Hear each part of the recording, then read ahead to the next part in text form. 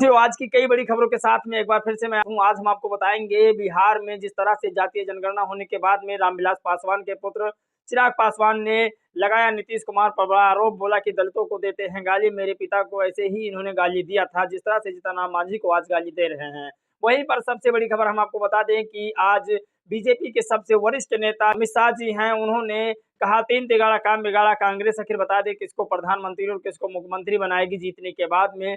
वहीं पर एक सबसे बड़ी खबर बताते हैं कि चंद्रशेखर आजाद रावण ने एक ऐसे आंदोलन का आज आगाज किया है जिसको लेकर के पूरे देश में माहौल सा छा गया है। मामला क्या है, इस पर हम विस्तार से बात करेंगे, लेकिन सबसे बड़ी खबर हम आपको आज बताएंगे जो सोशल मीडिया पर वायरल हो रही है, लेकिन कोई मीडिया आपको दिखाने की राजी नहीं है। साथियों, मायावती की एक ऐसी खबर है जिसको सुन करके आप लोग के अंदर खुशी का पूरा माहौल छा जाएगा। मामला क्या है, इस वीडियो में हम आज क्लियर कर देंगे और वहीं पर आपको बताएंगे एक सबसे बड़ी खबर जो शायद आप लोगों ने नहीं सुना है। जो रिजर्वेशन आपको मिलता है, जो आरक्षण आपको मिलता है, क्या उसका फायदा आप लोगों को मिलता है या नहीं, इसके बारे में क्लियर कर दिए हैं स्वामी प्रसाद मौर्य ने। उन्होंने स्पष्ट तरीके से लिखा है। और भी बड़ी खबरें हैं जो यूट्यूब पर इस समय वायरल हो रही है।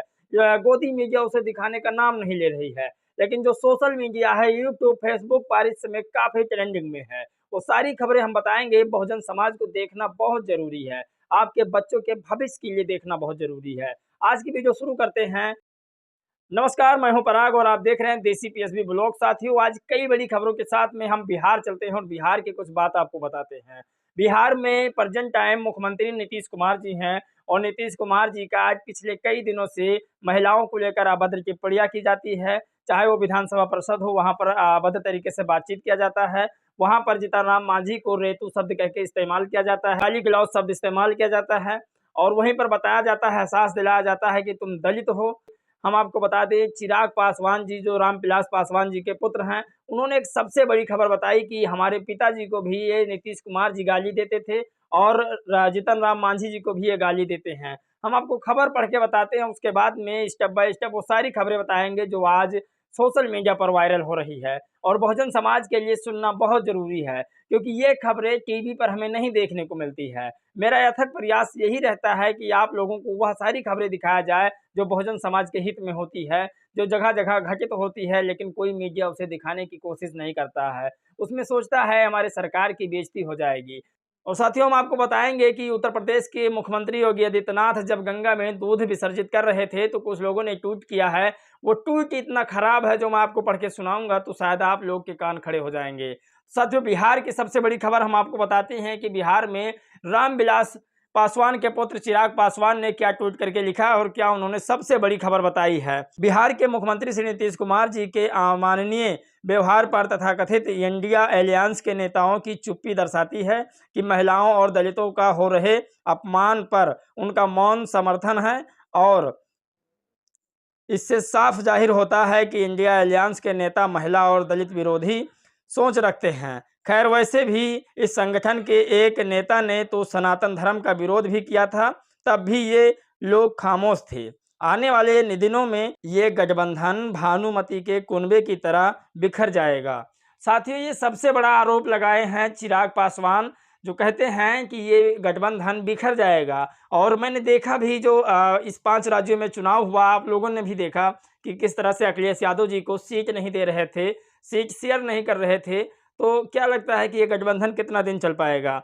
वहीं पर सबसे बड़ी खबर ये है कि चिराग पासवान जी एक ट्वीट करते हैं, लिखते हैं, कल बिहार विधानसभा में घटित एक घटना ने पुनः एक बार बिहार को शर्मसार किया है। यह बेहद दुर्भाग्यपूर्ण है और निंदनीय है। जिस तरीके से कुछ दिनों पूर्व नीतीश कुमार जी के द्वारा महिलाओं के प्रति दिए गए बयान और पूर्व मुख्यमंत्री जो दलित समाज से आते हैं उनके प्रति अभद्र भाषा का इस्तेमाल करना नीतीश कुमार जी के महिला और दलित विरोधी चेहरे को उजागर करता है। पूर्व में भी इन्होंने मेरे नेता, मेरे पिता स्वर्गीय रामविलास पासवान जी का अपमान करने में कोई कसर नहीं छोड़ी। मैं और मेरी पार्टी आदरणीय श्री जीतन राम मांझी जी के सम्मान के साथ खड़ी है।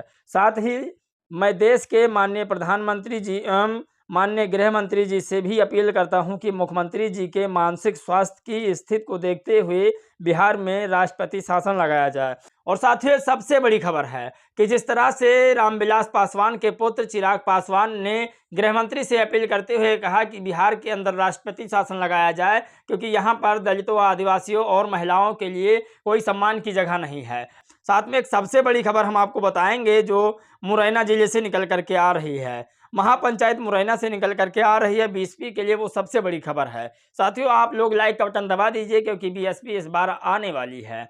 जीती रुजरिया लिखते हैं, महापंचायत मुरैना दिनांक 10/11/2023 बहुजन समाज पार्टी में विधानसभा सोमावली में प्रत्याशी कुलदीप सिकरवार जी के समर्थन में समस्त जाटो समाज की महापंचायत रखी गई, जिसमें हजारों लोगों ने समर्थन दिया। जिले की हर विधानसभा में बसपा को वोट देने का संकल्प लिया गया, जिसे मुख्य अतिथि डॉक्टर विद्याराम कौशल जी, जान प्रभारी बसपा, विशिष्ट अतिथि इंजीनियर दीपेंद्र बौद्ध, जिलाध्यक्ष बसपा मुरैना, कार्यक्रम आयोजक जगदीश टैगोर जी, जिला पंचायत सदस्य आदि उपस्थित रहे। साथियों बसपा के लिए सबसे बड़ी खबर है। साथियों डिबेट में पूछा गया कि इंडिया अलायंस में आखिर किसको प्रधानमंत्री बनाया जाएगा, किसको मुख्यमंत्री बनाया जाएगा, तो उस डिबेट में कंचन यादव ने कुछ जवाब दिया है।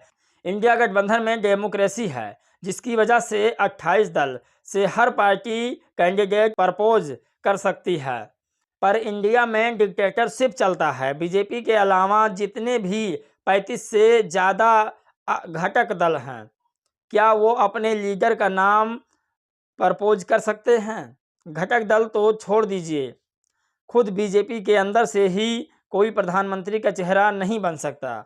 इतना ज़्यादा डिक्टेटरशिप है एनडीए में। साथियों ये सबसे बड़ी खबर बताई है कंचन यादव जी ने कि जिस तरह से लोग उनके ऊपर एक सवाल बनाने की कोशिश कर रहे थे कि आपके इंडिया गठबंधन में आखिर किसको मुख्यमंत्री बनाया जाएगा, किसको प्रधानमंत्री बनाया जाएगा, तो उन्होंने एक प्यारा सा जवाब दिया कि क्या आपके 38 दलों में कौन होगा प्रधानमंत्री, कौन होगा मुख्यमंत्री, ये कोई तय करने वाला है? भला ये तो है कि हमारे इंडिया गठबंधन में डेमोक्रेसी है, किसी को भी प्रपोज हम कर सकते हैं, लेकिन आपके गठबंधन में सिर्फ और सिर्फ प्रधानमंत्री नरेंद्र मोदी के अलावा किसी को प्रधानमंत्री नहीं बनाया जा सकता। साथियों वहीं पर एक सबसे बड़ी खबर हम आपको बताते हैं। चंद्रशेखर आजाद रावत ने ट्वीट किया है कि जनता को सुरक्षा की गारंटी देने वाले राजस्थान में बच्चियों की सुरक्षा तो कर नहीं पाए। राजस्थान में अब अपराधियों का काम तो पुलिस ही कर रही है, रक्षक ही भक्षक बन गए हैं। दौसा के लालसोट में पुलिस सब इंस्पेक्टर द्वारा 7 वर्षीय दलित मासूम बच्ची से दुष्कर्म की घटना बेहद शर्मसार है। इस पर जुल्म की पराकाष्ठा ये कि इस घटना की शिकायत करने गए पिता को पुलिस ने बेरहमी से पीटा, हाथ तोड़ दिया। आज मैं अपने पीड़ित परिवार से मिलने जाऊंगा। और साथियों मैं हमेशा यही कहता हूं कि अगर संविधान को बचाना है तो किसी एक ऐसे बहुजन को नियुक्त करना होगा प्रधानमंत्री और मुख्यमंत्री के तौर पर, जो देश को चला सके सही से, ताकि ऐसे दलितों के ऊपर अत्याचार ना हो सके। साथियों मायावती जी की सरकार में लॉ एंड ऑर्डर इतना सख्त था, इतना मजबूत था कि कोई अगर टाइम पर अधिकारी नहीं पहुंचता था तो उसके खिलाफ कार्रवाई हो जाती थी। बसपा लगातार मांग करती आ रही है कि देश में कुछ गिने चुने पूंजीपतियों और धन्ना सेठों का विकास होने की बजाय गरीब व आम लोगों का विकास होना चाहिए। मायावती जी का एक ही उद्देश्य है कि देश के उन तमाम गरीब और जो कामगार लोग हैं उनका विकास होना चाहिए, उनको रोजगार मिले। और साथियों देश के सबसे बड़े नेता इस समय बीजेपी के वरिष्ठ नेता अमित शाह जी कहते हैं 3 तिगाड़ा काम बिगाड़ा। आज इन्होंने ट्वीट किया है और लिखा है, आप लोग देखिए, 3 तिगाड़ा काम बिगाड़ा। कांग्रेस पार्टी में 3 परिवार हैं। एक कमलनाथ का, वो नकुलनाथ को मुख्यमंत्री बनाना चाहते हैं। दूसरा दिग्विजय सिंह का, वो भी अपने बेटे को मुख्यमंत्री बनाना चाहते हैं। तीसरा सोनिया गांधी, वो राहुल बाबा को प्रधानमंत्री बनाना चाहती हैं, श्री अमित शाह जी। साथियों ये ट्वीट करते हैं कि अब कांग्रेस में परिवारवाद है और अपने अपने पद को बचाने की नौबत आ गई है। और साथियों स्वामी प्रसाद मौर्य ने जातीय और आरक्षण का भेद आज खोल दिया है। आखिर जातीय बड़ी होती है या आरक्षण, इसको स्पष्ट तौर पर उन्होंने बता दिया है। ट्वीट में अपने वो लिखते हैं, हमेशा तो वो ऐसे उनको मारने काटने की बात लोग करते हैं क्योंकि वो मानवता की बात करते हैं, वो कहते हैं कि जब मैं इंसान हूँ तो मैं छोटा कैसे हो जाता हूँ। वो कहते हैं कि अगर मैं प्राकृतिक का बनाया हुआ इंसान हूँ तो कुछ लोग ऊंच कैसे हो जाते हैं और मैं नीच कैसे हो जाता हूँ। तो इसमें कुछ लोगों को चिढ़ पैदा हो जाती है। अब बात करते हैं कि आरक्षण बढ़ा या जातिवाद बढ़ा। ये स्पष्ट तौर पर स्वामी प्रसाद मौर्य ने बताया है। उनके ट्वीट से मैं पढ़ के सुनाता हूँ। जाति का घमंड संविधान पर भी भारी। संविधान की शपथ लेने वाले माननीय श्री राज्यपाल, माननीय मुख्यमंत्री सब साबित हुए बौने। किंग जॉर्ज चिकित्सा विश्वविद्यालय लखनऊ के कुलपति प्रोफेसर सोनिया नित्यानंद ब्राह्मण द्वारा भर्तियों में किए जा रहे बड़ा घालमेल। आचार्य के 12 पद में अन्य पिछड़े वर्ग एवं अनुसूचित जाति जनजाति का आरक्षण 0 एवं अनुसूचित जाति को मात्र 1 पद, ओबीसी SC ST का आरक्षण 0। सह आचार्य के 17 पद में ओबीसी को मात्र 1 पद, अनुसूचित जाति एवं अनुसूचित जनजाति का आरक्षण 0 तथा सहायक आचार्य के 80 पद में अनुसूचित जाति का आरक्षण 0, जबकि पिछड़े वर्ग को 27% के सापेक्ष मात्र 12% और अनुसूचित जाति के 21.5% के सापेक्ष मात्र 9% का लॉलीपॉप दिखाकर आरक्षण नियमावली का किया बंटाधार।